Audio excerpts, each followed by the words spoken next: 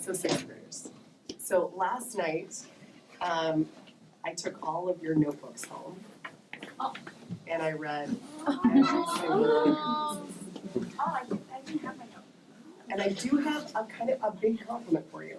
You know, I teach in schools all around the world, and it's not often that I read a whole set of sixth grade pieces that were as long as yours were. Like, I don't think that there was anybody who wrote less than a page. Like, in fact, I don't even know if there was almost anybody who wrote less than 2. Like, the majority of you were between 2 and 3 pages for like a 40-minute like snapshot of your writing. That's excellent. That's just what we want from sixth grade writers. So fabulous. Today you might be able to do that same kind of thing. When I was reading those pieces, I was thinking like there's always ways to raise the level of our writing. And so today I want to teach you one way that can considerably raise the level of your writing. So teachers, that was the connection. And I just went into the beginning of the teaching point. So one way that we raise the level of our writing, sixth graders, is that we can study other people's writing. And so I brought a sixth grade sample today of a child or a sixth grader, young adult, who wrote kind of in the same way that you did. We just asked you to like write a story and show us what you know.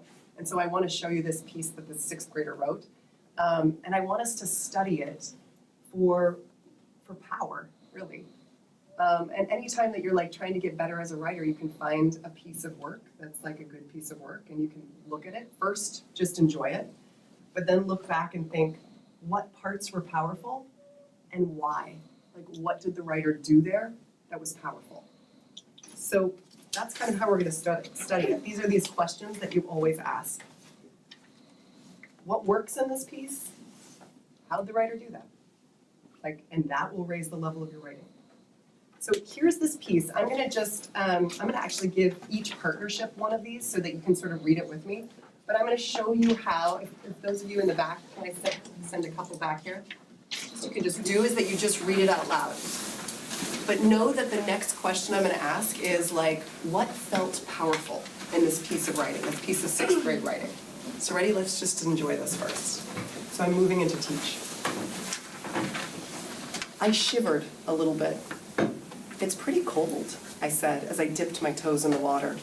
I took a pebble and threw it far into the creek. Well, whatever, I said as I plunged into the cold water. It felt amazing. The cold water covered my eyes like gentle blankets, and the water washed over me like a breeze. Swimming was my favorite. Wait up, yelled Emma as she ran down the hill with her floaty wrapped around her waist. Her curly brown hair whipped around in the breeze. I shivered. I was cold already. A moment after that, India's mom waded in, laughing. "Ha, it's cold," she said. Then she stopped. "Girls, out! Out of the water!"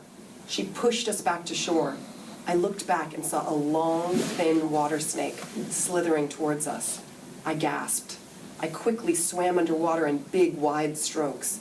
I never saw any water snakes around Osaku Creek, I thought. So that's, first we just like read it to enjoy it, right? And now we're gonna kind of look back at it and think, what were parts that felt kind of powerful? So I'm gonna show you how I might do that with the first one, and then you and your partner are gonna do that next with the rest of the piece. So I don't know if you guys, you might have found this too, but did anybody think about like that very beginning?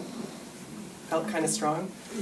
Like, let's look back at that very beginning, because I felt like from the very first part of that piece, like I was pulled in as a reader. Like I thought the beginning was especially powerful. Agreed?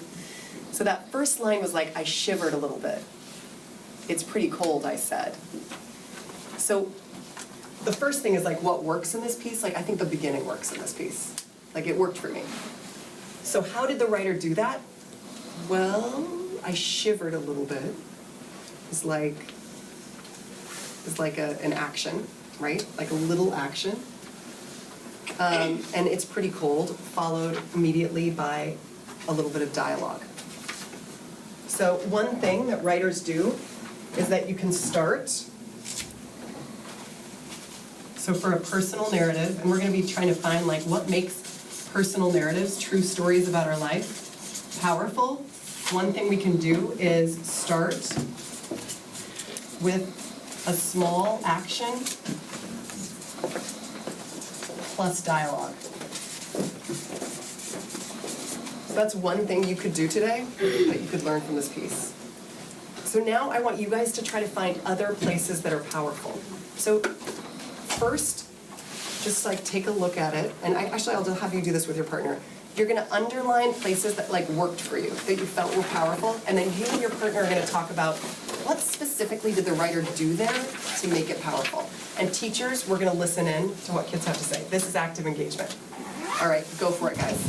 What is that he's doing? I totally agree. That worked for me too. Do you know what kind of figurative language it is? Cold water. That is a really strong section. It is one interesting thing is notice where thought like how the writer did that, so we can kind of think of other ways to make our writing powerful. Yeah. The cold water colored my eyes like gentle drops. The cold. How many people found that moment and felt like that was powerful? I totally agree. Yeah. What did the writer do there that made it powerful? It sort of gives, like, tells us, like, the feeling. It sort of makes you feel like what's happening. It makes you feel what's happening there? Yeah, so a sense of trying to make your reader feel something. What else could we say about that part? What else did the writer do?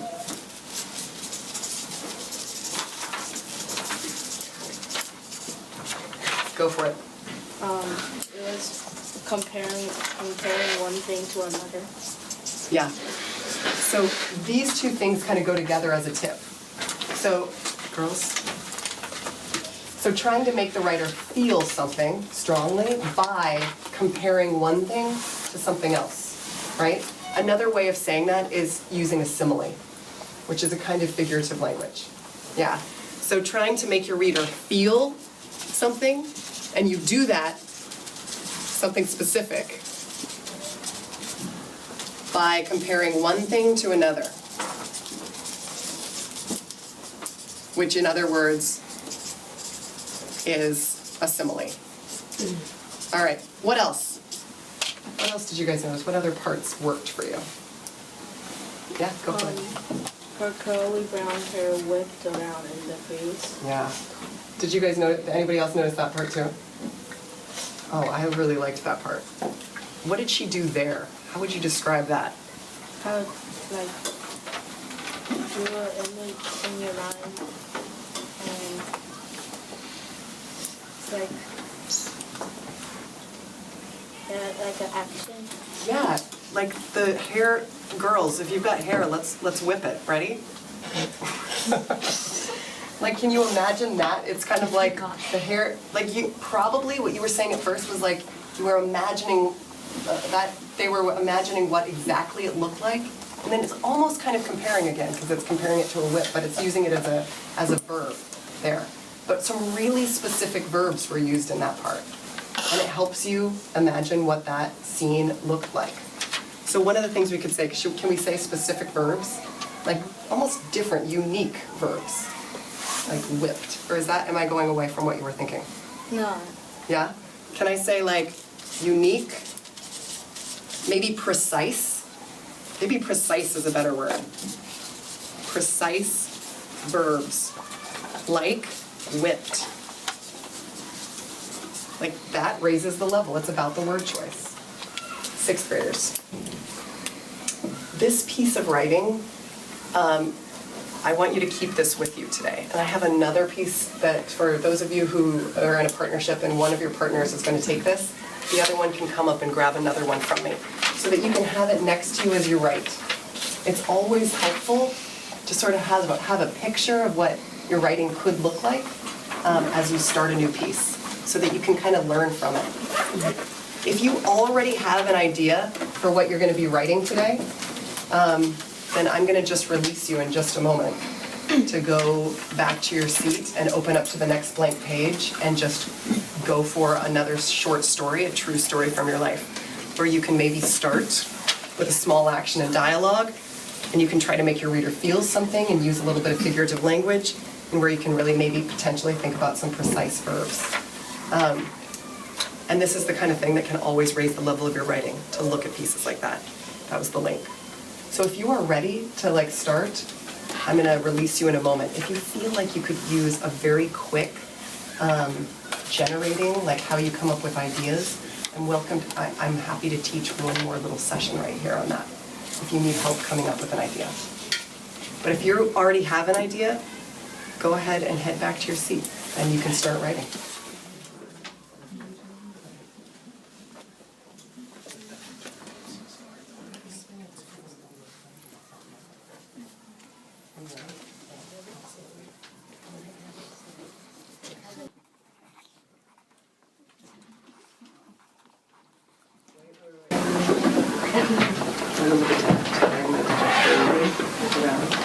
So what are you really working on as a writer today? What are you trying to do as a writer?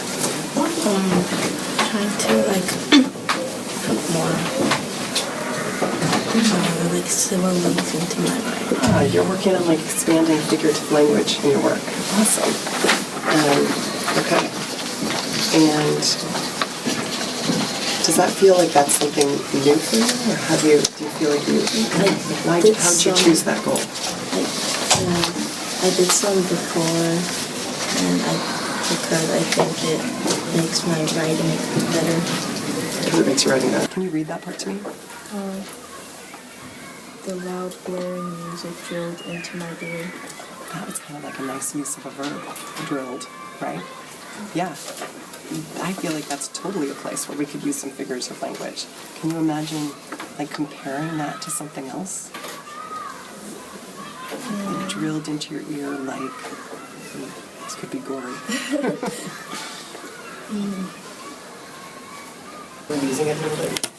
I'd try it in multiple places, in multiple ways. You can always go back and then choose the best.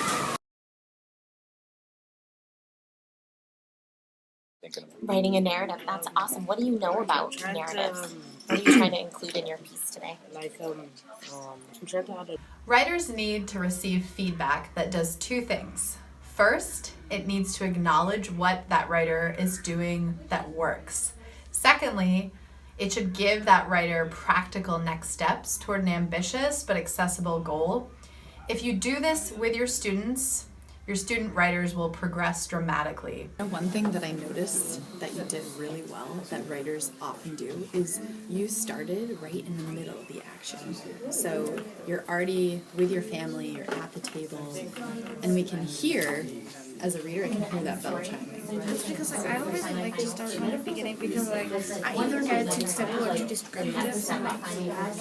And actually, what you're doing is what good writers do. So when students have an opportunity for guided writing practice, it's important that you're free to teach in conference with them as needed.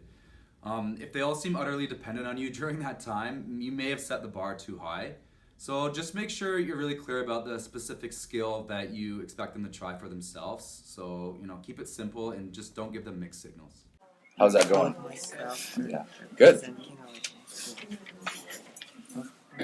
What I like about keeping the portfolios, and whether they're handwritten or whether they're electronic, is the ability to track how your students have done over time. It's really cool to sit with them and reflect on what they did together, either earlier in the unit or even earlier in the year. When we sit together in conference, I can point out to them the change in their writing, and I'm also able to pinpoint specific details about things that we discussed in class and show them how these ideas take root and they grow through the work that they've done as writers. I can also see how effective instruction has been. I can see things that have gone really well, or I can see things that maybe I need to go back and take a little bit more care and attention with, whether that's for one writer or for a group of writers. Awesome. So one thing that I'm noticing that I think might be helpful for you when working with dialogue is start to think about a little bit, we think in narrative of that idea of show, not tell. As teachers, when we're conferencing with students, an important element to remember is to make sure that we name that transferable task as writers and then compliment the student before we leave the conference.